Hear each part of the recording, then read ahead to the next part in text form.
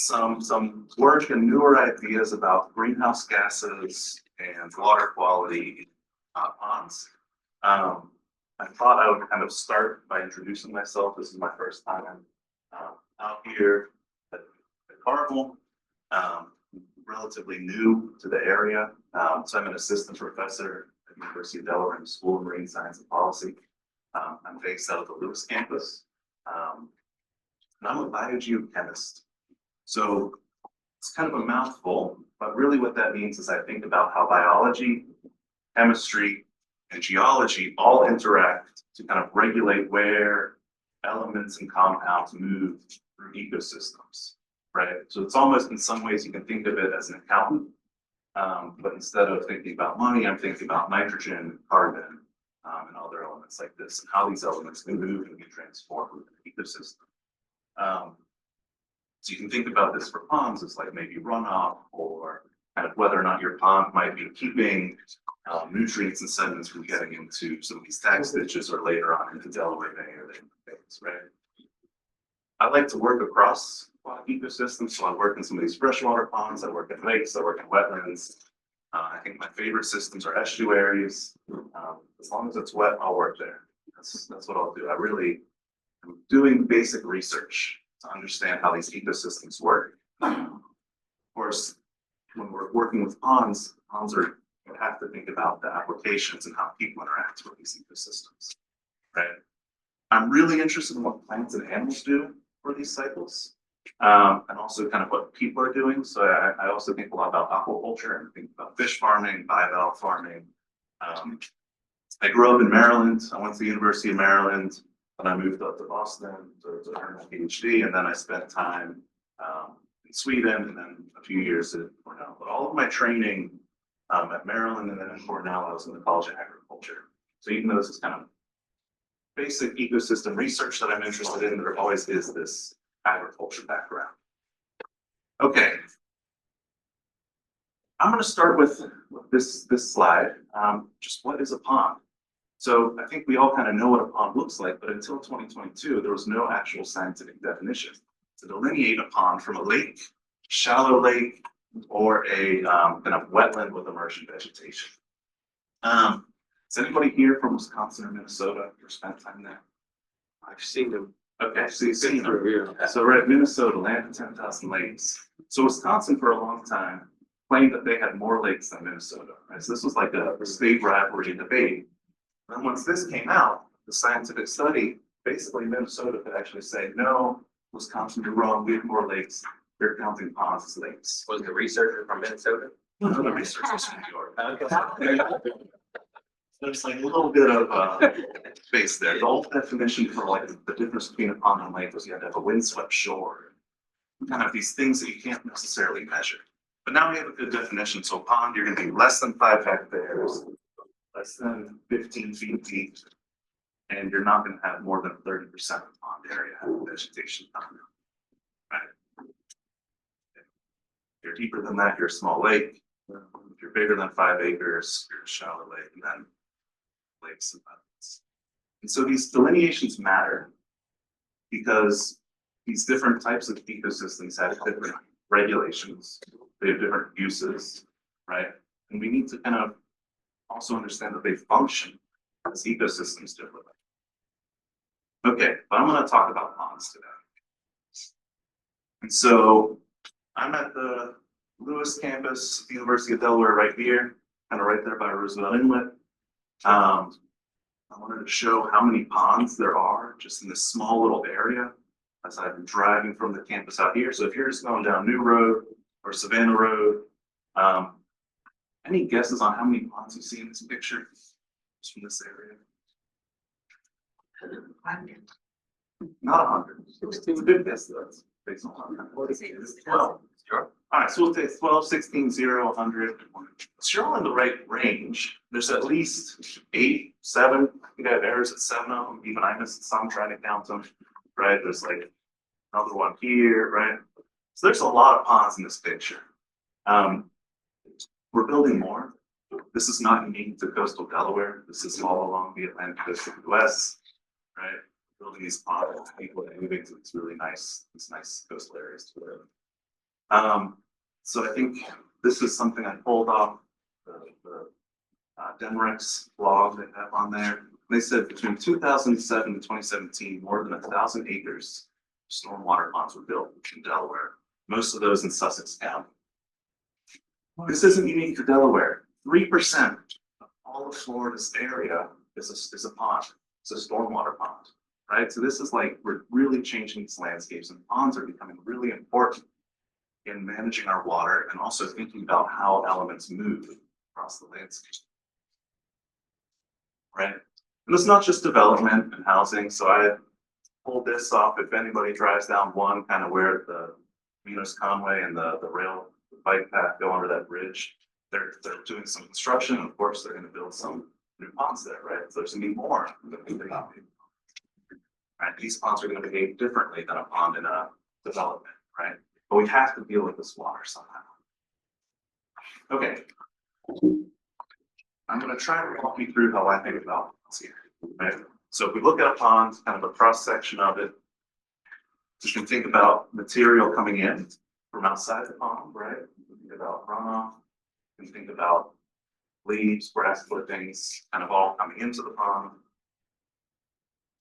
Some of that will get washed out of the pond if we have a stream or an outflow. Maybe we have a big rain event, we lose some of the material that's in there. But a lot of that material is going to go down into the sediments of that pond, right? So we think about kind of leaves and grass, it's kind of eventually going to get waterlogged and sink down. If you've ever stepped in a pond, you know there's a lot of muck in there, right? And the muck is where the action happens in terms of biogeochemistry and elemental cycling. This is where we have gradients with and without oxygen. We have a lot of material for bacteria to start transforming and breaking down. And that's really going to control what our ecosystem looks like, right? So if you have a pond that has oxygen problems, those oxygen problems are going to be driven by having a lot of organic material that's going to the sediment and then breaking down. Okay. You can also think about all of this cycling kind of being associated with the plants and fish that live in this ecosystem, right? So you can think about cattails along the edge. They have roots that go into the sediments and put oxygen into the sediments, but they also transfer any gases produced in the sediments to the atmosphere. Think about fish, they're going to eat things like insects that might muck around in the sediments, like a catfish, right? Kind of move things between areas with and without oxygen. And all of these processes contribute to what the ecosystem looks like if we're trying to understand how it can regulate nutrient cycling, how it can regulate part of the system. All right, I'm going to take a second. This is a lot. I think about this a lot. So that's why I asked about it. Most recent time I was on chemistry. And so we can think about these things, and we can think about ponds in terms of controlling nutrients and sediments, right? This is a slide I pulled from University of Maryland, right? So they're really thinking about septic upgrades, stormwater management, all as ways to keep sediments and nutrients like nitrogen and phosphorus from getting into our coastal waterways, right? It's going to help us to maybe maintain some water quality. I'm really interested in greenhouse gases, and I'm going to do my best to walk through why we care about greenhouse gases, and also kind of if we think about in a pond how these gases are formed and maybe exchanged with the atmosphere, right? So I'm going to go back to biology and some chemistry and think about carbon dioxide, right? When your plants are growing, they're taking carbon dioxide from the atmosphere to make sugars and biomass, right? So we're going to consume carbon dioxide. And then we can also produce carbon dioxide. So as we breathe, we're breaking down this photosynthesized material and releasing carbon dioxide back into the atmosphere, right? Has anybody ever walked past the pond and seen bubbles come up? Right? So those bubbles are methane, right? Natural gas. And this methane is produced by bacteria and archaea that live down in these mucky sediments. When there's no oxygen present, they can produce this gas. It's totally natural. This has been happening for millions and millions, perhaps billions of years, right? It's just different microbes, different bacteria have different metabolic pathways. You can also think about this third gas, nitrous oxide, but I'm not going to talk about it today. So if we just think about carbon, we can think about we have gases get exchanged between the pond and the atmosphere. And we can also think about carbon getting buried, right? And so there's a lot of interest in what ponds do in global carbon budgets, which is what I think about, because they represent about 12% of all the methane that goes into the atmosphere on Earth each year. This is counting cows burping and farting. This is counting natural gas getting released into the atmosphere. Every other possible source you can think of for methane. And these ponds are really important. We've only really figured this out in the last 10 years, right? And it's when I say ponds, I'm not just talking about the less than 5 hectares. I'm talking about these water bodies that are less than 2.5 acres, right? So these really small systems mean a lot. Little things matter, especially when you have a lot, right? And we don't know how many ponds there are on there. Kind of guesses and estimates are maybe between 500 million, maybe 3.5 billion, right? We don't know this number because of the limitations in satellite imaging, limitations of maps. People are building more ponds. Sometimes the pond will fill in, right? Maybe you have a vernal pool that's filled with water half the year and then it's dry the other half of the year. But the reason we think about these ecosystems for carbon cycling is not just because there's a lot of them, but because they produce, like compared to other ecosystems, they have really high rates of greenhouse gas production, right? If you think about a pond, it's where everything in the surrounding area is kind of falling into. So you can really think about it as a lot of material, a lot of food for these little microbes that make methane to feed them, right? You can kind of think about it as hot spots. Ponds as hot spots of greenhouse gas production in the landscape. And in addition to understanding how much they produce, we really don't know when or why there is methane production, right? And so one of the uncertainties is just based on time of year, right? So before I came down to Delaware, I was working in upstate New York. We had some experimental ponds that we were using.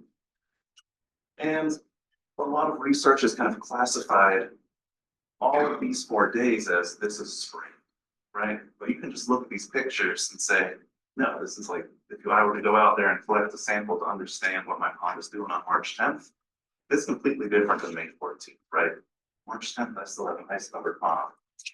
May 14th, we're starting to have to be work. This is upstate New York, so this is about 2 months slower than that we do, right? So you can think about these kind of differences and trying to understand the role of these small water bodies in global kind of carbon budgets or accounting estimates.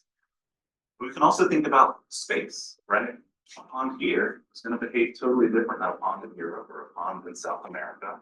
And so what we did to try and understand some of the controls is we took maybe sampling kits and Ziploc bags and we sent them out to researchers in North America and in Europe. And basically we said, hey, we want you to go out to your pond that's close to your house, close to your lab, and collect a bunch of samples for us so that we can try to understand what's going on. And this was some work that was supported by the Global Lake Ecological Observatory.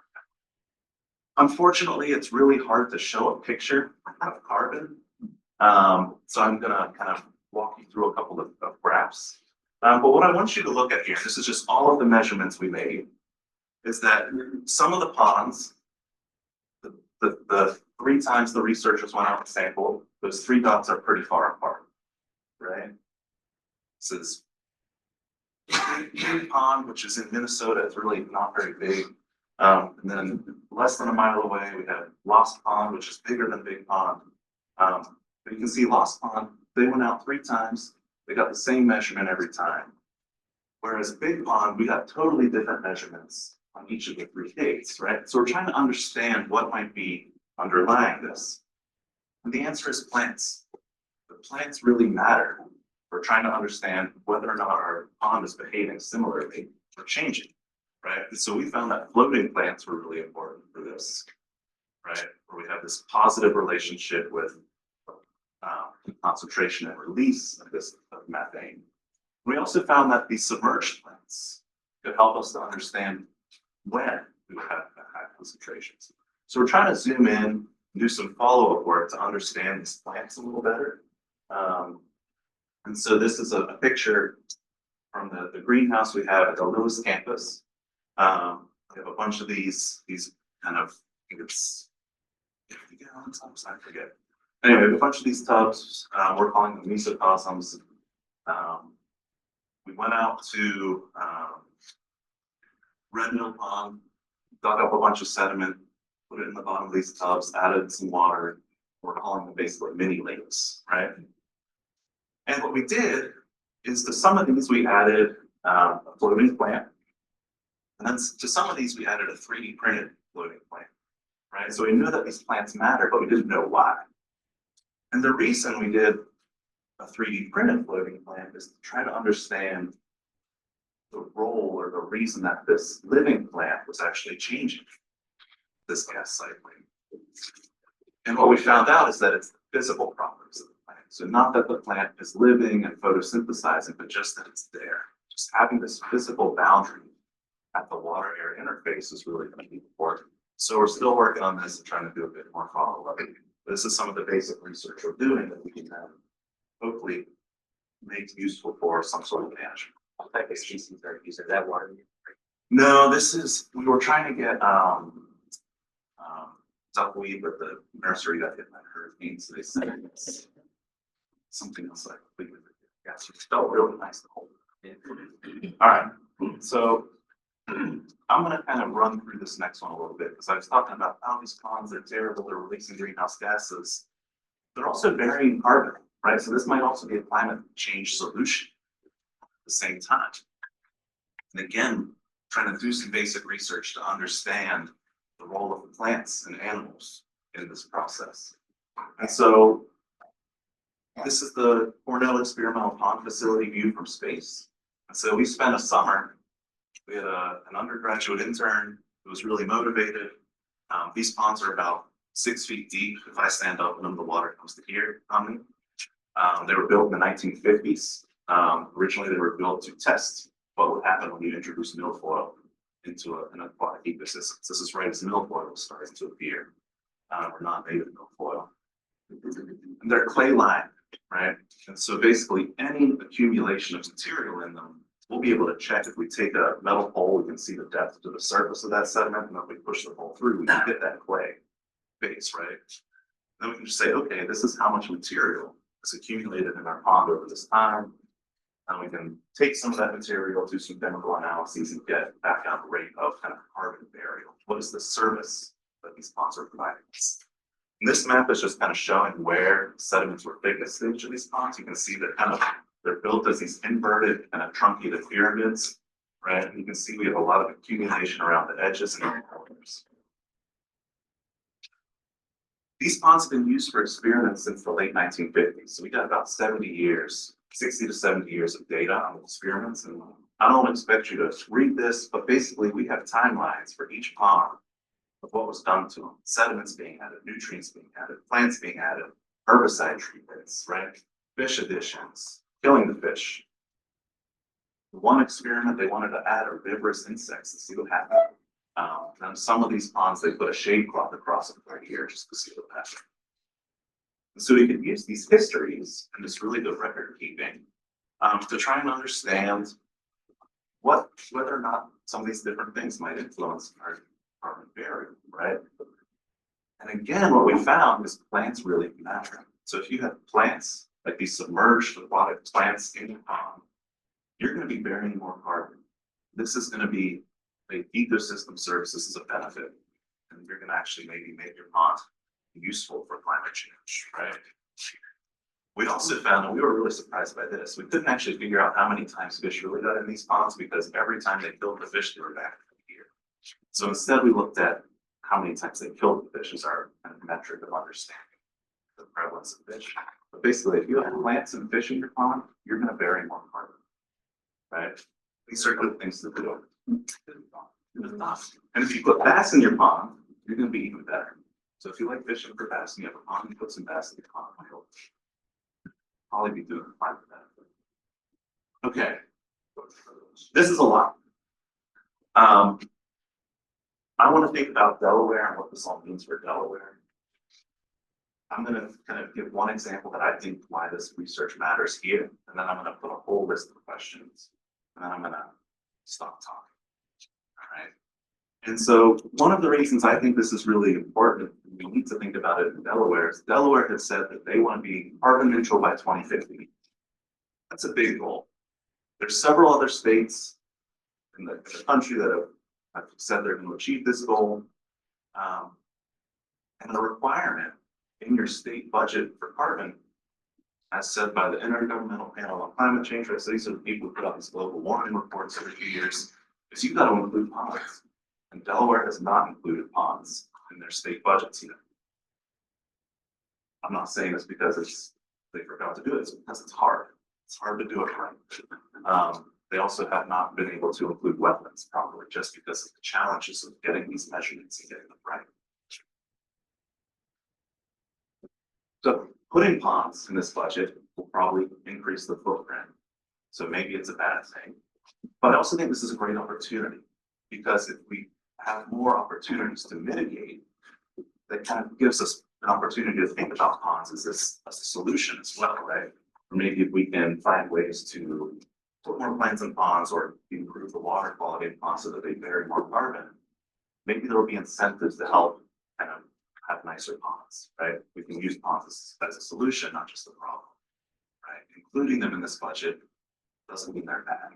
It means it's an opportunity.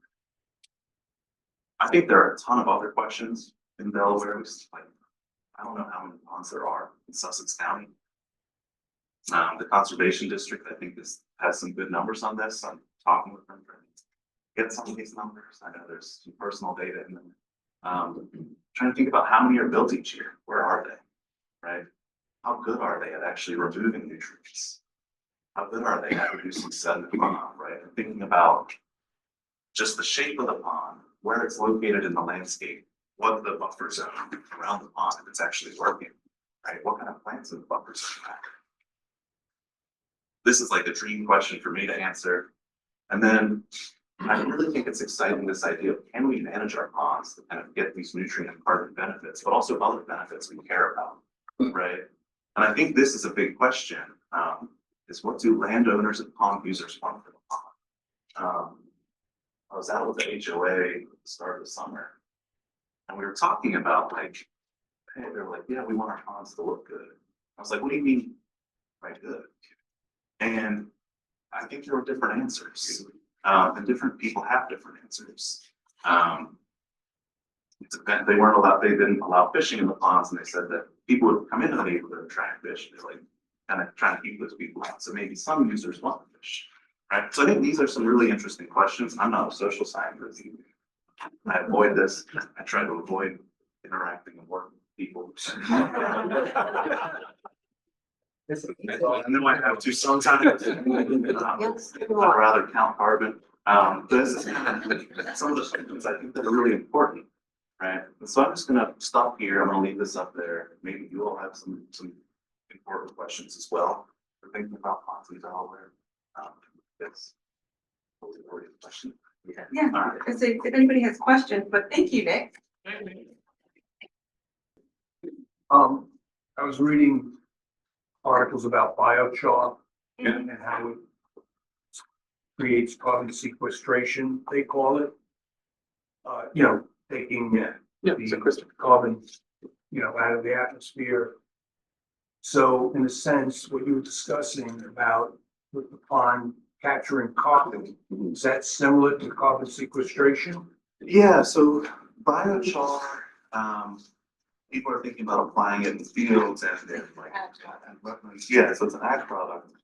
And really what it does is it creates this kind of interface that changes chemical interactions and transformations, right? But yes, you can think about it as the exact same idea. So where the biochar can maybe help stimulate some of these processes, you still debate on what kind of char is better and how hot you have to burn it for the char to be what you want it to be. Yes, it can capture carbon, and then this is kind of just, if you think about a pond, if you walked in, you feel that muck, and that's just an accumulation of material that can no longer break down because there's no oxygen, right? So you basically just have to build up over time. Actually, if I go back to the very, very first slide, you'll get to look at the picture. So this is a sediment core we took out of a natural pond. in upstate New York. So this is about, what, 5 feet tall? That represents just 150 years of accumulation of material. So that's a ton. That's a really big amount of carbon in this just natural ecosystem. And we can think about destructive ecosystems are actually going to be varying more. So these ponds are extracting carbon from the atmosphere. They're extracting and releasing at the same time. And so this is a big debate in kind of the scientific basic research community right now. Is how do we think about these ecosystems? Because we know they're releasing methane, which is a greenhouse gas, but we also know they're bearing carbon. And so when we think about this balance, we have to think about not just like 1 year at a time, but 10 years at a time, 100 years at a time. And it becomes a kind of a tricky mathematical problem at that point. So would you encourage growing aquatic plants in these ponds as a benefit to the environment? I think native aquatic plants are good. I think fish are good. I think buffers are good. So kind of, I know kind of these rooted macrophytes or these macrophytes that grow out of the sediments and move out to the water surface sometimes. You don't want to swim in that. No one wants to swim in that. But they take up all the nutrients, right? They can take nutrients from the water column and then they're stabilizing the sediment at the bottom. And then in the winter, they're that back. The material they're made of breaks down really, really slowly. So I do think these water plants are generally good. I think some of the floating milfoil and maybe some of the floating like really bad are not as good. We don't have numbers, but I can't give you a real answer. I'd say probably. Would it be advantageous to construct more of these dry ponds than the wet ponds in terms of the impact it has on the environment? Yeah, so that is also a question that the people are trying to figure out the answer for that. Yeah, that's you're asking the questions we're trying to answer. So yeah, so the Javon was talking about the soil beneath this pond versus the water turns into groundwater. By where I live in Milton, there's one of these random ponds. You're not going to get this carbon accumulation because if you drink it out, eventually you might have some accumulation, you might have emission. But you're also probably not going to get emission, right? So you can think about the balance of this good and bad, right? The emission and the variable. And we're still trying to find out what this looks like. Now, are you also looking, so obviously, bucket of pond is good for various ponds. But when we go to remove that, because it's reduced capacity, are you guys also looking at what the best way to manage that is? That's a whole other question too. So You can take out the beds, then what do you do with the beds? that question, like fish farming. Yeah. Right, where fish farming, you can think about like a fish farm or a fish pond is just the pond that everything happens a lot faster. Right, but you're putting in all this food, fish are eating it, they're pooping and excreting and growing fast, and you're getting this buildup. So they're digging those out, like if you got a pond, fish pond about as deep as my shoulders, you're gonna dig that out. But they're thinking about if you use that material, where does that now be accountable, right? And so kind of it sounds like one of the best options for using that material is something fertilizer. And to my knowledge, there's not been thorough studies to actually get those measurements, get those numbers. It's like, but you have to dredge a pond, or like if you don't dredge it, you don't have a pond, or you have all kinds of other issues. That's tricky. You mentioned that Delaware has a goal of being carbon neutral by 2050, but that we don't have ponds in the budget. When you say that, what do you mean? What does that mean in terms of ponds? Not really. Yeah, so if we think about this like accounting, right? This is kind of we think of it as basically what's going in, what's going out, right? And so a lot of the budget is thinking about energy use, right? So think about just how much electricity is used, and about how much volume goes. So that's really going to be a big part of it.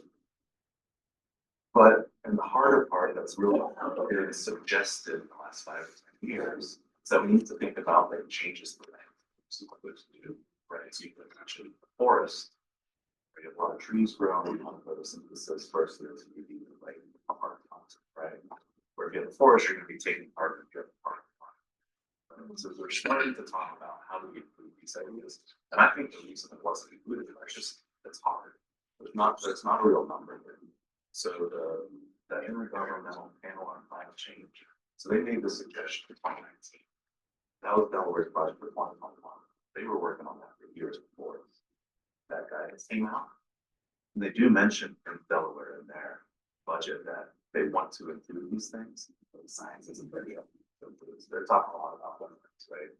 25% of Delaware is not very but and just like the pond, the wetland is going to vary carbon, but it's also going to emit some methane. And the science isn't there yet to actually give good advice on how to do this, but it's getting pretty close. So it's essentially research that would, Yeah, it's a research limitation, which is, yeah, Yeah. like this kind of, this next step, but it comes into this idea of like nature-based solutions, right? If we think about restoring ecosystems and protecting ecosystems, and we get carbon credits for that. Or can we manage our lands in a better way for to manage our ponds? So yeah, it's not right. Hopefully soon. Hopefully. What about geese around ponds? Yeah. I wonder what geese are. Yeah. I hate geese. Yes. So those experimental ponds I was showing, we had geese who like to make a pass right in the middle of our road. And they wouldn't let us walk past and get our samples. Yes. Luckily, there was a fox there. Okay. So the geese are interesting. I mean, you just think about geese, they're eating a bunch of stuff, they're just pooping all the time, right? So they think if they're eating grass on the head, it's swimming them good. This organic material, I don't have to get into it, but it's a lot of nutrients. Is it possible to have too many fish in a pond? Yeah, I think it is. So the pond I was working in, I've been kind of left untouched for 20 years. Somebody retired and I sat for a while. And you know, like a pumpkin seed, usually about pumpkin seed or like a little perch or something. Yeah. About this big. These little fish were about this big. There were 15,000 fish in a pond that was maybe less than a tenth of an acre. So maybe, but they're really small. They're bird-heads. So I think it's possible for we could grow more, but there's also I'm going down. And there's these kind of interesting ecosystem dynamics that balance that. But I think a good mix of kind of fish that eat plankton and fish You that have a lot of carp. I see carp. Carp are probably bad as they get in the mud. They're Yeah. sucking plants, right? And so I know there's been kind of a push to put this Asian grass carp in your ponds, right? I would suggest that is probably not great because they can grow fast and they, in terms of carp, they also keep the water. Nice. I don't know. I think catfish are super cool. Again, this is like questions we're trying to. Don't you have a lot of variables ponds upon with what goes into this one, doesn't go into that? Yes. One, something extra goes into that one, isn't it? Doesn't that skew things all over the place? It does, and that's a really hard thing for us to deal with. And so this kind of showed this map. And so we were trying to get at that with this map. With this experiment, the sampling scheme, we set out these sampling things, we call it. And so we asked people not just to take the samples for us, but to also tell us how big their pond was, how deep it was, the fish were in it or not, how much of the pond had these floating plants, how much of the pond had these submerged plants. If they measured the pond chemistry, about the nutrients coming in to the pond. We could get some of these, we could start getting at some of these predictors, right? And so like, And part of it is what you test for, like, yeah. how many variables do you? So this one we had about 25 variables, and not all of them mattered. But this one, the floating plants kind of came out, I think that mattered. I mean, the R square value I'm showing, it says 0.22, so floating plants could describe about 20% of our variability between, which we thought was surprisingly good. Of course, it's kind of, we could do better, but this is, I mean, this is like again, it's an important research question, because also nutrients coming in can influence the plants, but the plants can influence the other. So it's just Right, some ponds are connected also, right, some stand alone. Yep. Some flow to different areas, yep. some have different things flowing in them. And so that was the nice thing about these ponds, these experimental ones. Yeah. We didn't have to worry about any of that. We could actually say, okay, we can control what's in this pond. And I only showed a couple of the studies we did, but one of the studies we worked on where we had a bass, these ponds that had a top occupancy. The bass actually made our greenhouse gas release go down, right? So we can think about all these different things, but it's open questions, but we'll get answers for. Hi, are there any metrics for how in planning for pond development and evolution, the percentage of plants, the depth of the buffer zone? I mean, are there certain things out there that exist? So I am not aware, I'll think of metrics that say you have a 10-foot buffer, this is the exact amount. Do I know that in the, there are a few things, the way you can calculate that. The implementation, they've got some tools to work with it. So look at the Chesapeake Bay implementation plan, and they do have some things of how they calculate some of the methods.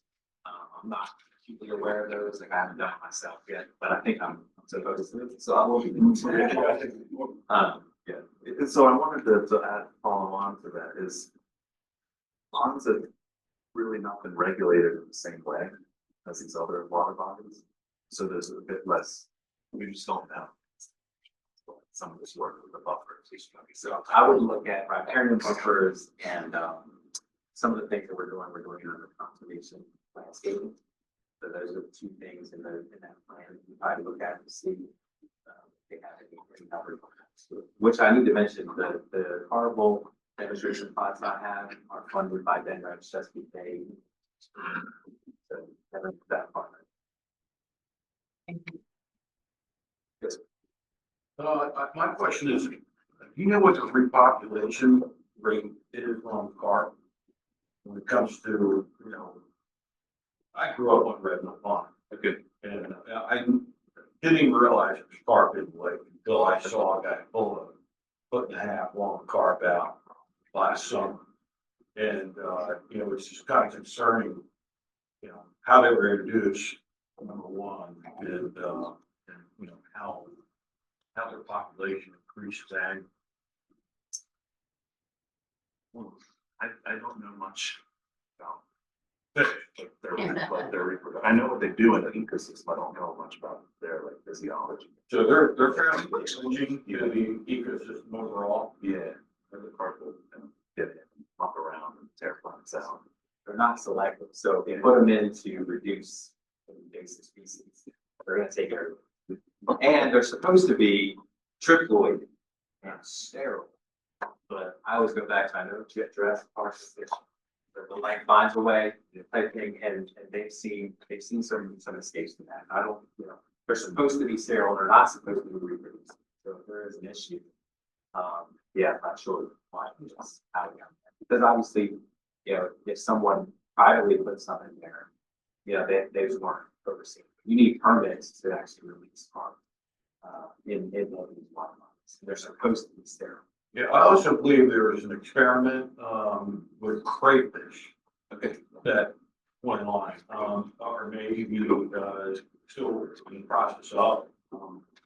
Is there any results from that? Crayfish here in Delaware or elsewhere? In Red Mill Pond? I haven't heard about that. I know people are doing some big crayfish. Some professors at the University of Florida are really interested in what crayfish do for water quality. food farm site. So clearly, think about a similar, right? The borough, they kind of have souls that are snipping up the product plants, so they're definitely going to change the film. I don't know about that. I'm not aware. One last question I had was, the depth of the ponds, like in our community, we have the ability to fill our ponds. So should we be, like, is it better that they're low, better that they're high, better that they're standard at all?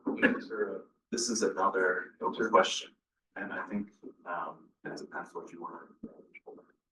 Right, if you're managing for clear water or a certain plant, or you're managing the carbon or oxygen, I think it all can vary, not just based on depth, but depth to fetch. Right? Like, think about how wind can move over and make a surface layer with a bottom layer.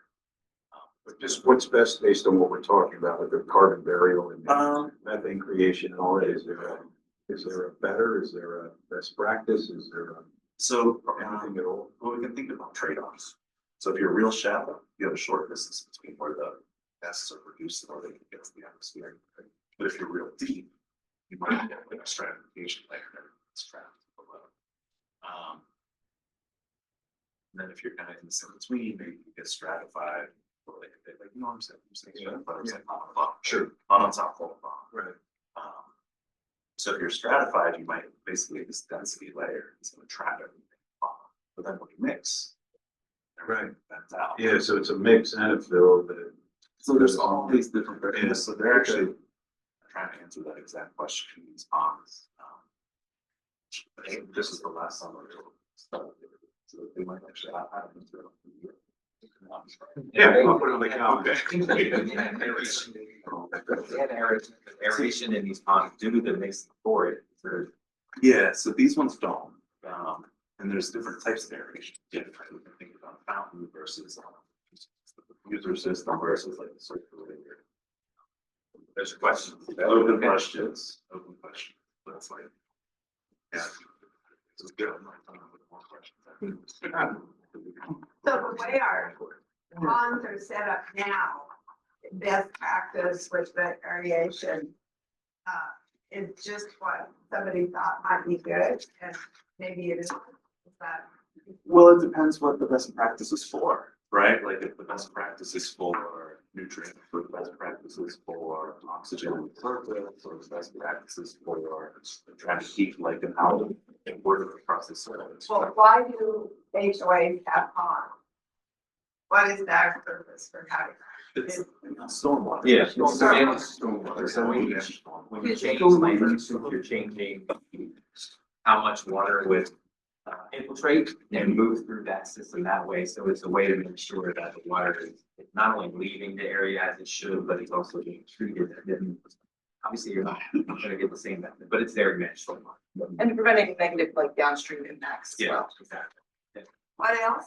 There's no negative downstream impacts. Yeah. So, okay, so the downstream impact is the purification of the water. Yes. So those are the two things that we are trying to handle. And then you're not flooding your neighbors downstream either. Quantity and quality are the two main things that's going on. Yes, some developments will have purely decorative ones that are lined and filled with a well or something like that. Those are there for aesthetics, but the main reason why you have ponds in there is because they're for quantity and There's nothing about that about carbon. no. Or managing carbon or heat or. No, this is kind of your idea. Yeah, It's just getting water away from your house. yeah.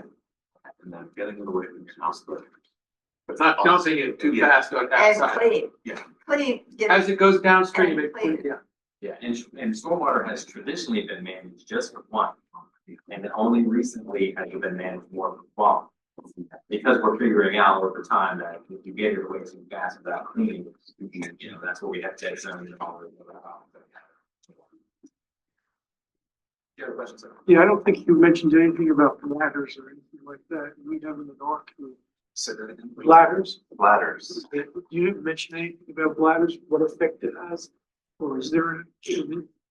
Bladder, can you? What's a bladder? What do you mean by bladder? We have, leather bladders that go throughout all of our ponds.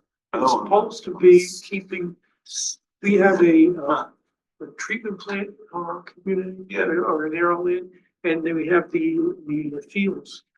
Strip fields. Yeah, and that's supposed to keep that from going up into the ponds. So, I see like a liner. almost. like a liner, yeah. Yeah, so. It'll be different. I can tell you it'll be different, but you can also think about if there's the liner, there's always still gonna be accumulation. on That's top of right. the liner. So you'll be disconnected from the groundwater, but you're still gonna have that kind of accumulation, that bacteria will. How would we ever have to bump a pond? Oh, That's a good thing, I think. yeah, that's how fast it accumulates and it depends, what you're trying to clear it out for. Like if you're just trying to keep the pond volume, maybe you wait till it's full. But if you're thinking about some of these other dynamics, it's a little bit more regular. And I think ponds are tricky, right? I mean, ponds, like if you go out to a natural pond, it's still kind of this basin in the landscape, right, where everything falls in. Right? And so some of those, the pond I showed where we have that big tube of mud, that pond, there was a study at that same pond 100 years before, and they said this pond would be full 100 years. It's still this deep. So I think kind of this filling in, that happens. I think in constructed ponds, it happens a lot faster than in these natural ponds, but we're still kind of learning how ponds act and how they actually function. Largely because they, not that for people who study lakes, they don't do other things like this lake, it's more interesting. But these small ones are really tricky to understand. What's the most important thing we're looking for were we to have a benthic study? In terms of, Above the liner, the junk that's on the bottom. What is that gonna tell us? And what do we wanna know? so if you were trying to understand how fast your pond was filling in, if you just had a stick with a pointed end, you could feel the depth to that surface of the muck, measure that depth, and then put the stick through so you feel that liner. Distance, basically like how much muck there is, and then you can say, divide that distance by the last time we cleared out the pond. What about the chemistry of it being checked? Of the. That's what we're having done, yeah. Yeah, of the sediment, well, what kind of chemistry? It's a benthic study that they're gonna take a sample above the liner of what's in there and how bad it is. I wonder what am I looking, what we should be concerned about? I mean, there's all kinds of things. So I was just Wonder talking about carbon here. Yeah, right. Other elements, we I just think about fertilizers, pesticides, Phosphorus, nitrogen, yeah. all these things, perfectly exactly, Right. anything that's come up with like oil from like cars that get run off. Right, right. Any. Yeah, that's the word. Anyway, Non-point source pollution. non-point source pollution. Yes, runoff stuff. Runoff, yeah. Yeah. Okay, great. Yeah. Thank you. That actually brings up another question in my mind, which is when you see these ponds that are more community based, so they're more shallow, they don't have a lot of circumference, they do have lots of small ponds. What, with your demonstration project with the meadows, a lot of those ponds are, have sod, irrigated and fertilized. So of course, there's going to be runoff into the ponds. Do you think that your demonstration project is going to produce some suggestions on maybe we should reconsider? That's the hope. It's for, like, I'm not gonna be able to tell you how much chemical preventing to get in there. Without, I mean, we can use tools that can give you an estimate. But it's really, my demonstrations are really focused more on the type of plants that we have in there and how it's gonna work. So you can look at it and see, is this gonna be acceptable in that area? So with the Denrex CBID one, there is a tool that I can use to put in there. This is the amount of area that we have. We're using conservation landscape practice. And it's gonna give you a really rough estimate on how much of that you're gonna prevent. So yeah, that's kind of what we're trying to do, is to show what you can put around the pond to provide the water quality benefit. How much, it's not gonna be exact. The climate benefits that we're talking about. Again, lots of questions still to answer on that. But I'm focused more on what are the benefits of predatory insects that you can get there. With most of my demonstrations, then the one demonstration for SBA is more about just the land use practice. And like I said, it'll be an estimate. We got about 5 minutes for questions. Is any last? Yes, sir. You talk about policy, you talk about, the 2050 carbon neutral stance. Your slide shows ponds maybe account for 10%. Okay, now, I understand air pollution monitoring has been around for a lot of years. They have a lot of standardization towards the way the analyses are done. I don't have any knowledge as to how you analyze for carbons, methane in sediment, in soil. Do the methods of analysis for coming up with the numbers for ponds kind of equate, or are they accepted? Are they equal to how airborne carbon, methane is analyzed and given a quantity? Okay. So I can show you. I guess it's more of a policy issue. As you get closer, can you say 1 equals 1 or 2 equals 1? Well, it is, it's a policy issue and a science issue. Yeah, The science issue, the policy, they're trying to make policy, but the science isn't there yet. So this bar, this orange bar, that's our average. okay, And this black bar around it, that's our uncertainty. okay. And so you can see our uncertainty is almost equal to the average. Yeah. Right? So it's like we have this massive uncertainty, and that's a lack of data, a lack of measurements. There was a question about what variables matter for all of this.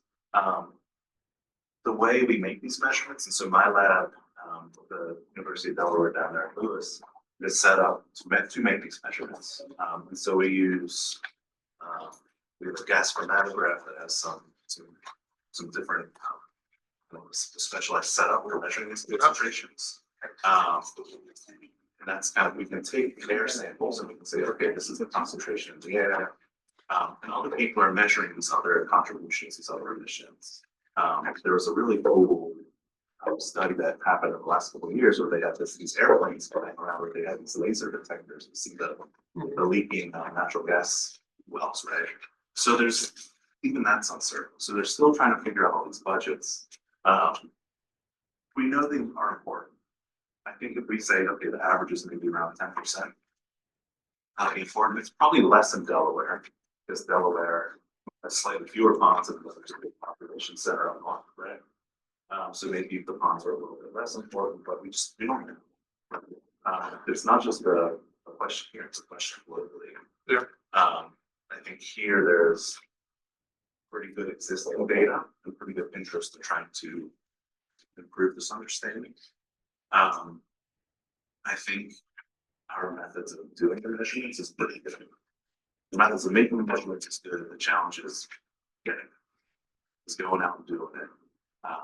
Basically having people who can go out and do it and think about all this variability and timing and what the water body looks like. How big is the land around it? Is the land around the parking lot? Is it a forest? Is it a lawn? Right. So we have all of these questions, but I think we can work toward it. And I would say in 5 years, we'll have a much better idea. So, okay, so we can, I think the measurements are good. We just don't have enough. All right,